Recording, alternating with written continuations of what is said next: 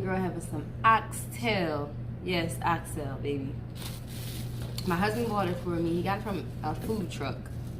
They had a little something for one of the kids that made it to the Cowboys in our hometown. So they went to something this morning, him and my daughter.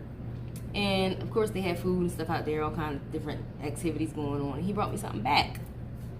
So I have today, like I told you, my oxtail, some plantain, rice and beans, cabbage. And I have a coconut with it. I'm going to tear it up. And I got some crisp on the side, just in case I want to add a little bit to my cabbage. All right, I'm going to start off with a prayer. We're going to dig in.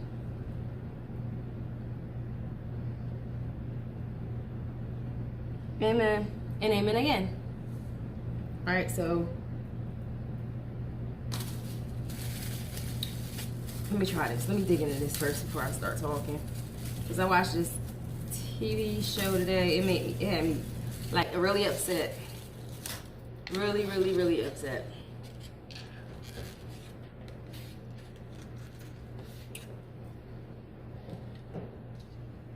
I actually went to work today. It was my day off. I actually been working every day for the last couple weeks. A lot of overtime. But the TV show that I'm about to talk about, it was called Equal Standards. It was based out of New York. Alright.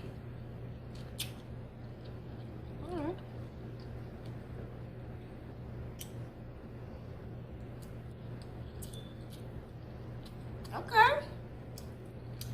I know what we're doing.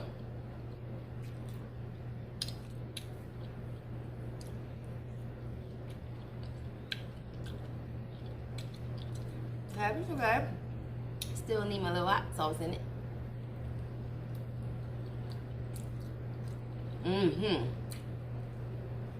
This is definitely it.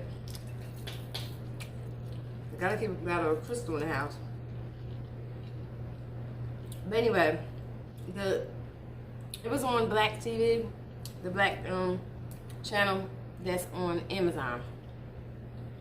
I watched it on Amazon, Black TV channel, and the BLK channel. I think that's what it is. In the beginning, when I first started watching the movie, I cried immediately because there was this couple going back and forth arguing, and this guy came and, you know, trying to save her, telling him don't talk to her like that. And she had a baby in her hand. He was basically disrespecting her. And they was about to fight. They got into an argument, him and the boy, because the dude was trying to actually tell him don't disrespect her no more. So his boys was there. The boy who was trying to protect the girl, his boys was there. He was like backing him up. You know, they was like splitting them apart. And then you get New York's finest pulls up. Are ready for some action. So once they pull up, they see them like trying to pull them apart and everything.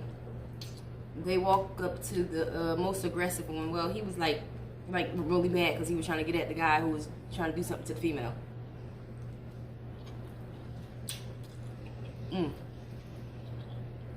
They walk up to him, and everybody was like, we got him, we got him. He's fine, we'll take care of him.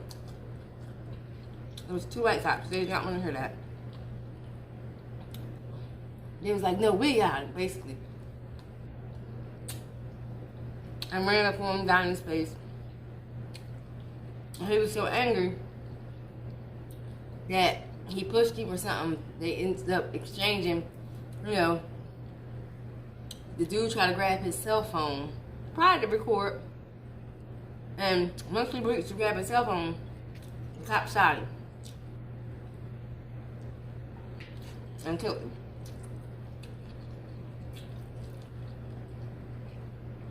Shot that young man and killed him. Well, this has been happening for a minute out that way. Cops killing young black men. So we had a cop a detective. He's a black man. His wife was a sergeant from New York. And they were all about trying to keep the peace and keep the bad cops away.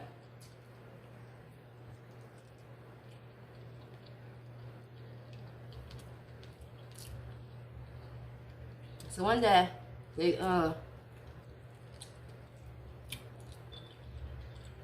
black cop, the wife always told the husband, make sure, she said, I keep having these bad dreams, make sure you always keep your vest on, no matter what.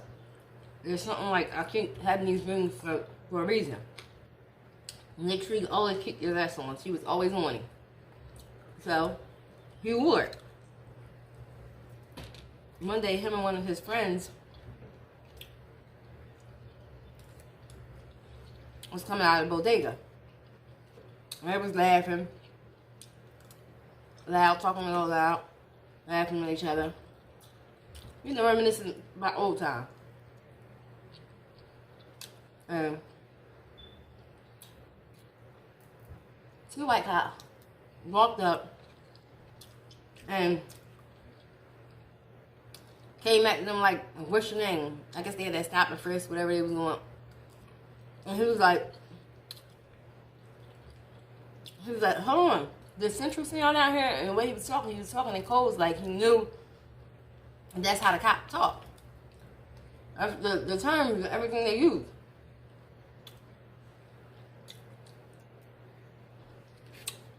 And his friend that was with him, that wasn't a cop, told him, man, why don't you get your people?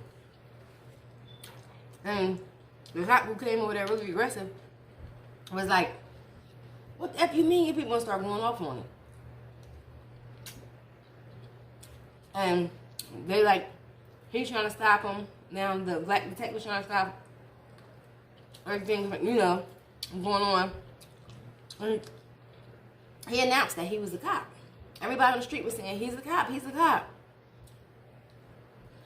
That cop basically said, he don't want to hear, he don't care. And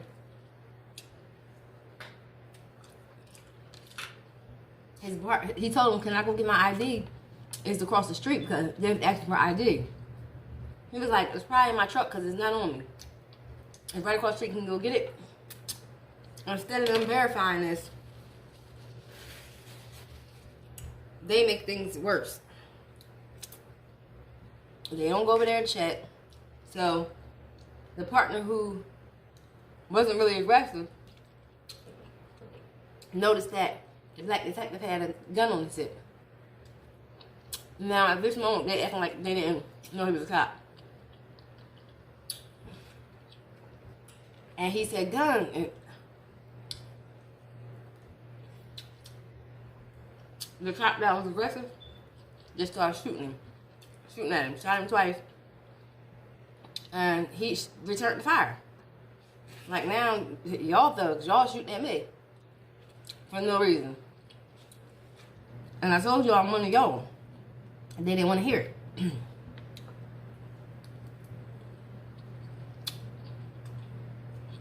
They ended up, you know, trying to charge him because the white cop who he returned the fire to didn't make it. And when he had his interview with, when the black detective had his interview with Internal Affairs, at the end of his thing, he said, because any last words you would like to say, because he told him the true story, everything that happened. He said, tell the family I send my condolences. Basically, because he didn't want to kill him.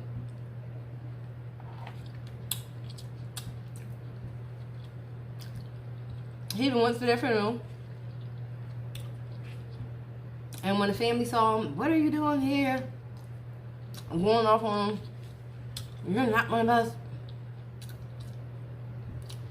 Now, the white cop who ended up getting killed and during the shooting, dad came to the precinct and told his captain you better do something that handle that in the N-word, like.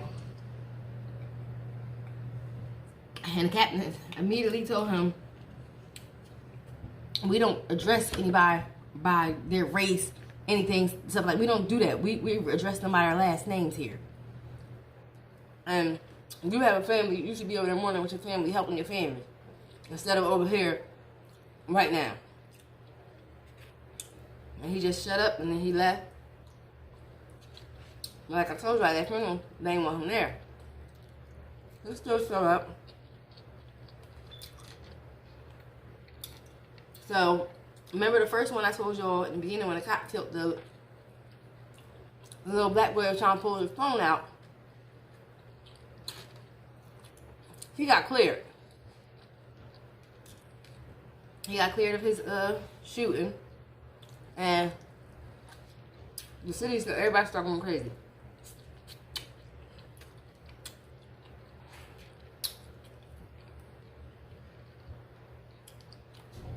And the cops really start messing with people on the street, black young men. So, when he beat that case, the boy that got killed, brother, ended up walking around and saw the cop after the court case was over, and he got found cleared in that scene, the instant. He saw them all laughing, having the ball. He's celebrating because he won. And the little brother went around there, took a gun, and killed that cop. They locked him up so fast, he dropped to the ground after he did it. Locked him up. Tried to give him 30 years to life.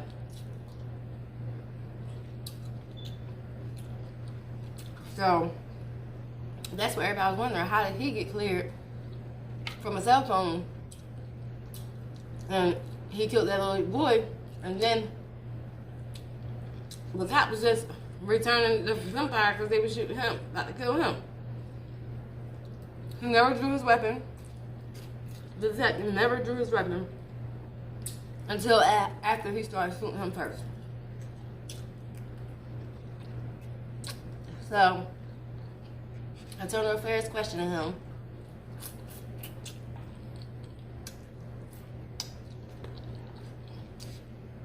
He told his truth. Then they got the truth, the other side of the other cop. The other white cop that was there watching. And the Internal Affairs guy asked him, well, if your partner was in danger and he got shot, well, that was going on, why didn't you return the fire? Why you didn't help your partner if it was that serious? He was like, oh, because everything happened so fast. Basically telling lies. And he was like, so you mean to tell me he never identified himself as an officer? As a detective? He was like, no, he didn't. He never did. So,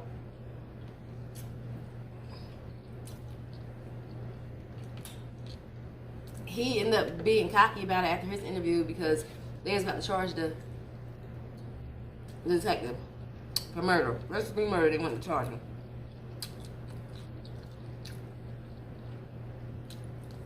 And that cop decided, the partner who didn't return fire, he decided to tell the other cop, one of his other cops that he thought wasn't going to say nothing, that he did identify himself. He never tried to pull his weapon out. Like, tell this cop the truth. And I'm guessing he is having a guilty conscience, but he still would never tell Internal Affairs the truth. So, the Internal Affairs already knew they couldn't trust him. They said he was lying, holding something back. Trying to find out, the Internal Affairs, both of them were white men, but one of them was married to an African American woman, and he had a daughter by her. So he didn't care if a racist people too much. Police don't leave you. He was gonna get down to the bottom of it. Once that cop came to Yeah, you thought that shit was funny at first, huh? Come on, bro. I was just playing. I gave you the gun back. He saw him one day. He was like, "I'm gonna get you. Just know I'm gonna get you. Tell me what you did." He would hem them up a little bit.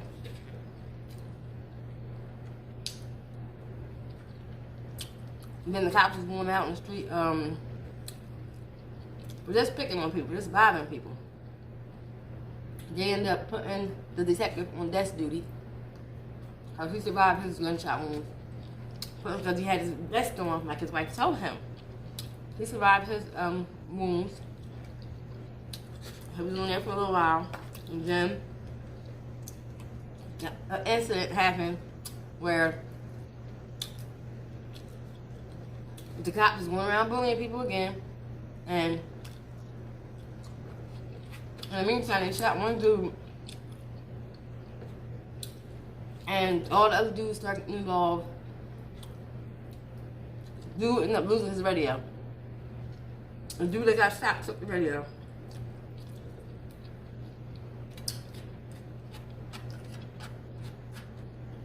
Then they come back to the detective that's on desk duty because he's black, and asked him, can he get their radio back? Because the cop had lost his radio out there. That's something they really needed. So he was like, how am I gonna do something like that? I'm on desk duty. I ain't supposed to be on the street, remember? But when it's to help them, he can go out there and risk his life. He told me, you know I'm taking a risk doing this cat.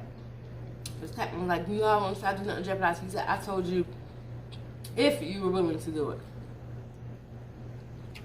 You wouldn't have to do it. He ended up going to speak to the little gangs, and they told him, why are you fighting so hard for them when they're not fighting as hard for you? He was like, I know.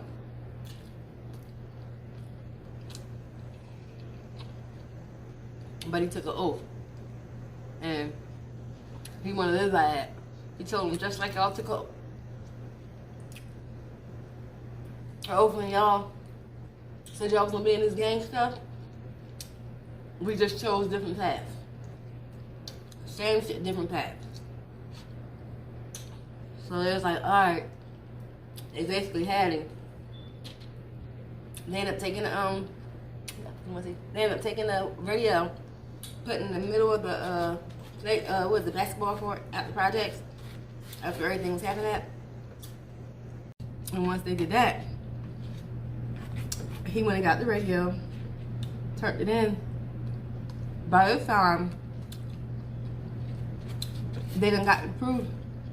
Matter of fact, one of the cops that he killed, the brother, ended up breaking into his house, the black detective house.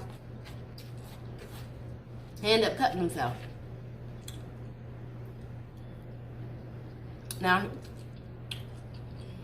the cop who got killed had a brother who also was in a cop there too. Another brother, two brothers that was cops. The one who got killed and the one who was cool. He wasn't about, you know, he really did everything by the book. But they had the one brother that stayed in trouble, and he always told him, if you do something to go to jail, I'm not saving you. So they ended up getting a Confederate flag, him and some other dude. Let him know. Went to their house, broke in their window, and hung it on the wall in their house. And it was like, good thing their daughter wasn't there. She had stayed in her grandma's house that night. But when he broke in the window, he cut himself. So he left DNA evidence.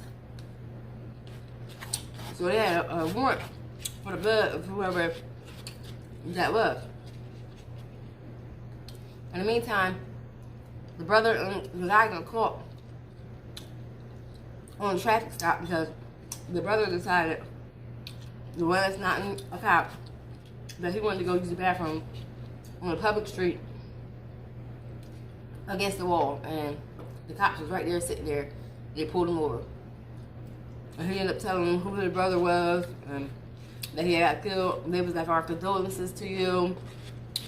All right, but we gotta do proper procedure. We're gonna check this vehicle. If there's nothing in the vehicle, we're gonna sweep this in the rug and let you go. I'm like, okay. The dude was like, no, you can't search this car because the driver was just his friend. Once they was about to search the car, pulled them both out, the driver took off running and left him. They ended up finding 2 guns in the car. So they must have been up to go try to kill him next. The brother ended up getting locked up. They was gonna let him go and sweep the guns under the rug again until they came back and told him, we got a big problem. We can't let your brother go. He got a warrant.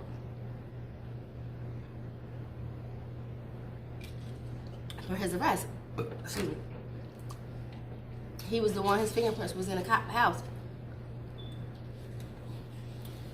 The detective house. And the good brother was like, you know what? Bring that warrant. Lock him up. And just walked down on him. He said, you getting everything you deserve, basically. And left him there. He got like, you're my brother, you cannot do this. You can't do this. And he just walked off on him. And in the meantime, they was clearing the detective because they had the evidence when the cop recorded him. One of the cops recorded him saying that all that stuff they did was basically wrong. He did identify himself, and he ended up getting cleared. His name got cleared. They took him off of death duty, and he was back at the job. Because his wife was ready to quit and everything. She was like, she can't work nowhere like that. Because back then, there was a whole bunch of races going on. But he did end up getting his job back. And it ended with like a Martin Luther King speech. But that movie was good, y'all gotta see it. And then it was Equal Standard on Amazon on the Black channel. You gotta watch it. I gotta start watching that. I usually be into, you know, like the Fatal Attraction and stuff like that. TV one, not today. I was trying to do other stuff. Trying to watch the other stuff. I couldn't get into it like I usually get into it. I don't know why I get in these moods where I want to watch different stuff. Y'all felt that. That thing was banging. Bones gone. Everything off bones. It was good. So good. Anywho, I think I did enough talking. Excuse me. I think I just want to come on here and tell y'all about what I was watching. If you haven't seen it, you need to go check it out. Go check it out, y'all. Anywho, thanks for watching, guys. Don't forget to like, comment, and subscribe. And turn on those post notifications so you know when your girl uploads her next video. Until next time, see ya.